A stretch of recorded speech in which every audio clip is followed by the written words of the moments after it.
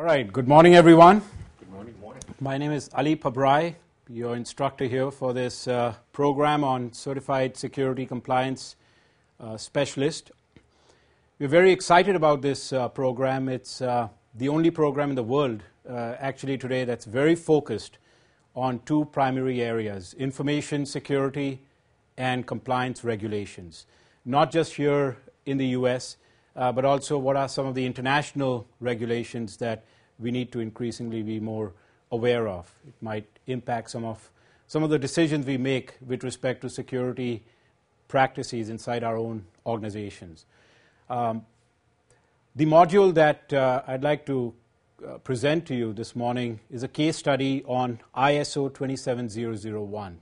ISO is the International Standards Organization, and this is the new standard that was published in 2005.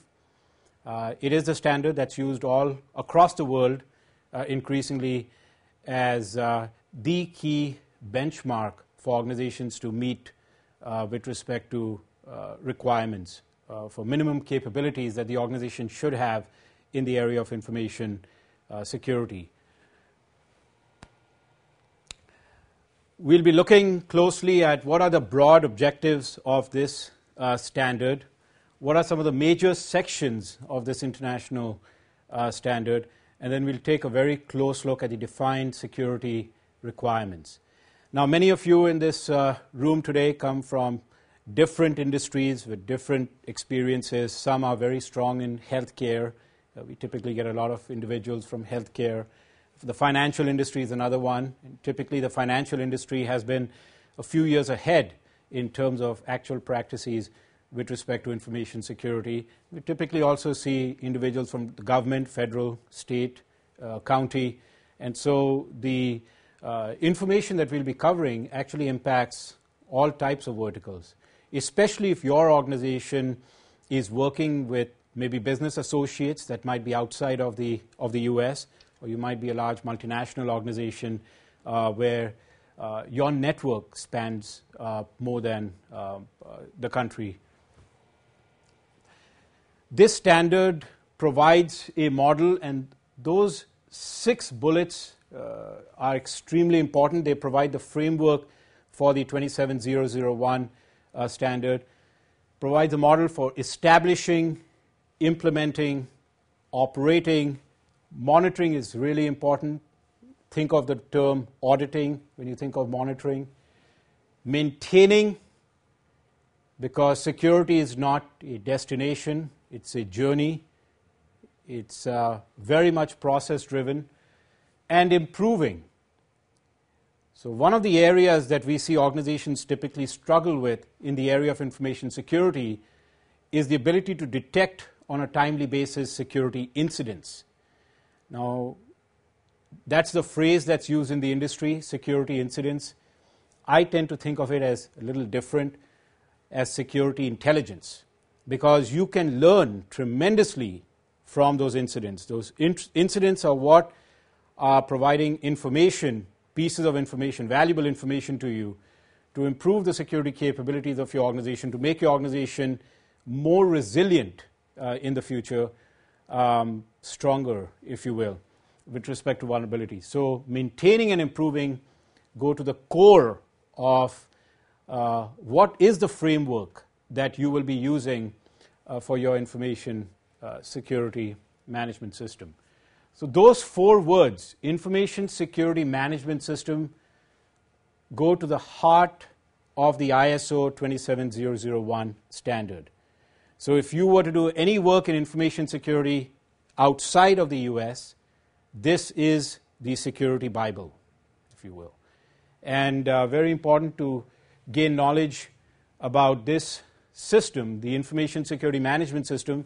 Every organization needs to determine what's the system that's going to work for its own environment. You're going to tailor one that's going to be customized for your environment. And the application, identification, and interactions, because everything's a mesh, the interactions of a system of processes. That's another important word on this slide. Defining processes so that those are repeatable activities inside your organization, and the management can be referred to as a process approach. So really the emphasis with respect to information security when you look at the 27001 standard is to think of security as being process oriented. Right? Questions, comments? Is everyone excited?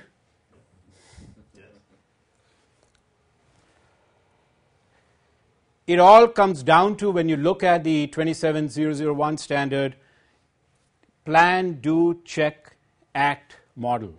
And we'll be looking at that model closely because this is something that you could adapt. You don't need to follow every piece of this, but there might be elements of this that you think might be valuable for your organization. Plan, understanding an organization's security requirements. Every business is different. You want to make sure your security priorities are aligned with two things. Your technology priorities second, and your business priorities first.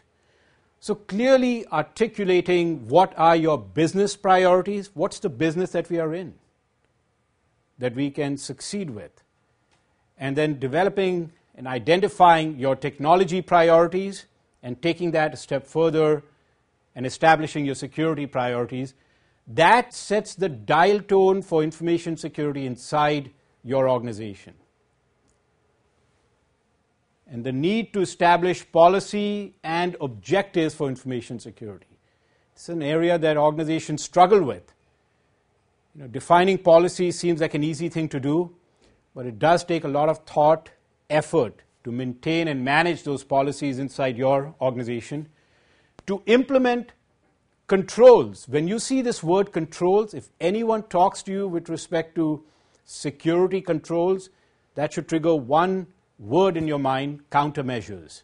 What are the security capabilities that we are going to be deploying inside our organization to make our organization more resilient to the threats and vulnerabilities that it might be exposed to manage the organization's information security risks. So controls and risks. Controls are what counteract risk, minimize risk, so you're left with some residual risk that your upper management, executive management, has agreed to accept. That becomes really, really important. So you need to plan, that's your strategy, your policies. Do identify the controls, the countermeasures that you'll be using inside your organization. So what's an example of a control? Firewall systems. Everyone has a firewall system. But you'd be surprised, our business, we do audits every day. Some locations, somewhere in the US, I've got my team out there auditing the facility.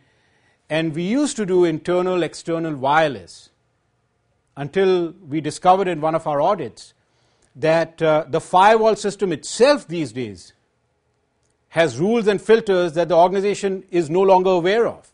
Was set by an administrator some years back. That person is no longer with the team. You've been putting in more stuff into this firewall system, and no one really knows the state of the configuration and the capabilities of that firewall system. So we've now added that to our service. To go back and take a look at that primary line of defense, your core perimeter defense element inside your organization. So that's what we're talking about, controls. What are the controls, and are they actually delivering and working as they expected to, as you expect them to inside your organization?